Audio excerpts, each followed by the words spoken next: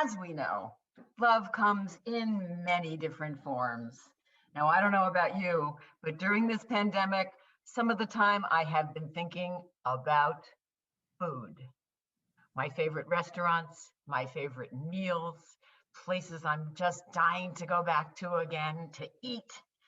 So, who better than Julia Child to reveal how her own love affair with food and France began? Here is an excerpt from My Life in France, written by Julia Child. I had the supreme good fortune to study with a remarkably able group of chefs in Paris. From them, I learned why good French food is an art and why it makes such sublime eating.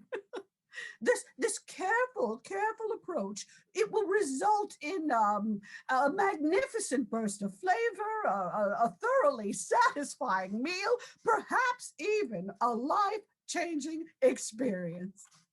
And such was the case with the sole Meunier I ate at La Couronne on my very first day in France.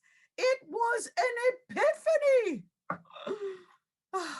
Having disembarked at Le Havre, my husband Paul and I sat for 2 hours smoking and yawning until our car finally rolled off the ship. We wedged ourselves into our Buick and we headed toward Paris. Oh, there were no billboards, just the earthy, smoky smells, the curve of the landscape, and the bright greenness of the fields. Oh, without even knowing it, I was already falling in love. At 12:30, we slid into Rouen, passing its famous cathedral, still pockmarked from battle, but still magnificent with the stained glass windows, and we rolled to a stop in Vermarché, the square where Joan of Arc had met her fiery fate. There we were directed to the restaurant La Couronne, the Crown. Oh, it was warm inside, and at the far end was this enormous fireplace with a rotary spit on it, which something was cooking, and we were greeted by the maitre d' who spoke with Paul as if they were old friends. And then he led us to our table, and we overheard two businessmen asking questions of the waiter, who was answering them in very great length. "What are they talking about?" I whispered to Paul. And he whispered back, "He's telling them about the chicken they ordered, how it was raised, how it will be cooked, and which wines will be best with it." "Wine," I said, "at lunch?" Well, being a gal from Pasadena, I never did drink much wine other than some Buck 19 California Burgundy, and certainly not at lunchtime. Now, suddenly the room, it was filled with this wonderful intermixing aromas that I recognized, but I couldn't quite name. And well, oh, it was something oniony. Now, shallots being sauteed in fresh butter. What is a shallot, I wondered. Oh, my stomach, it was gurgling with hunger. We began our lunch with oysters on the half shell. I was used to oysters from Massachusetts, which I never did much care for. But this platter of Portuguese oysters had a sensational, briny flavor and a smooth texture that was entirely new and surprising.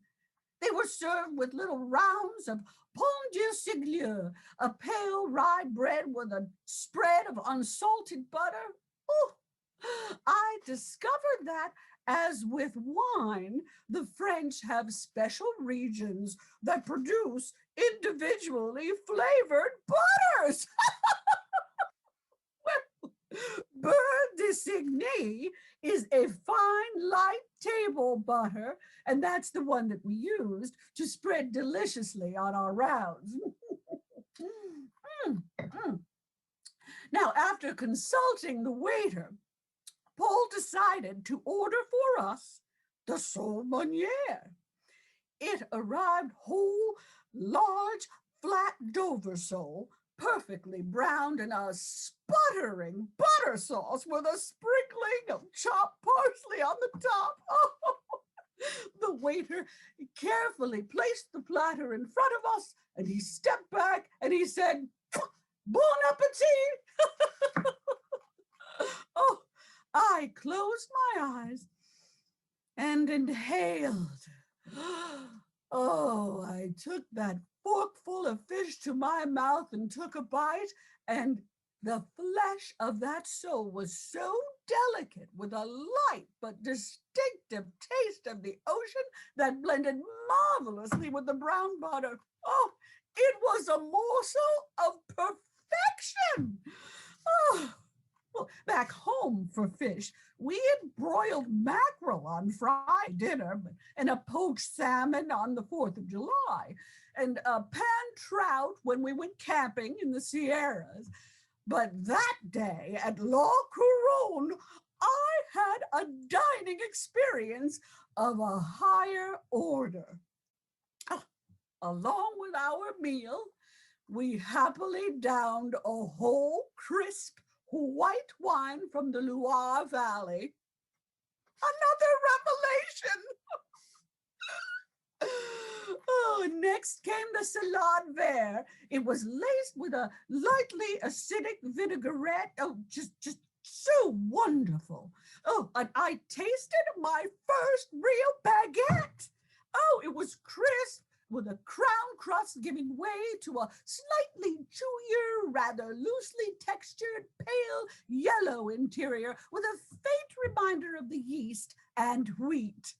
Oh, after all was finished, we followed up with a leisurely dessert of fromage blanc, and we ended with a strong, dark café filtre, a most distinctive dark brew. Oh, the aroma. We were stuffed when we were finished. We floated out the front door of the restaurant into the brilliant sunshine and the cool air. Oh, our first lunch together in France had been absolute perfection. It was the most exciting meal of my life. In all the years since that remarkable meal, I have yet to lose the feelings of wonderment and excitement that it inspired in me. Oh, thinking back on it now, it reminds me that the pleasure of the table and of life are infinite. Toujours bon appetit!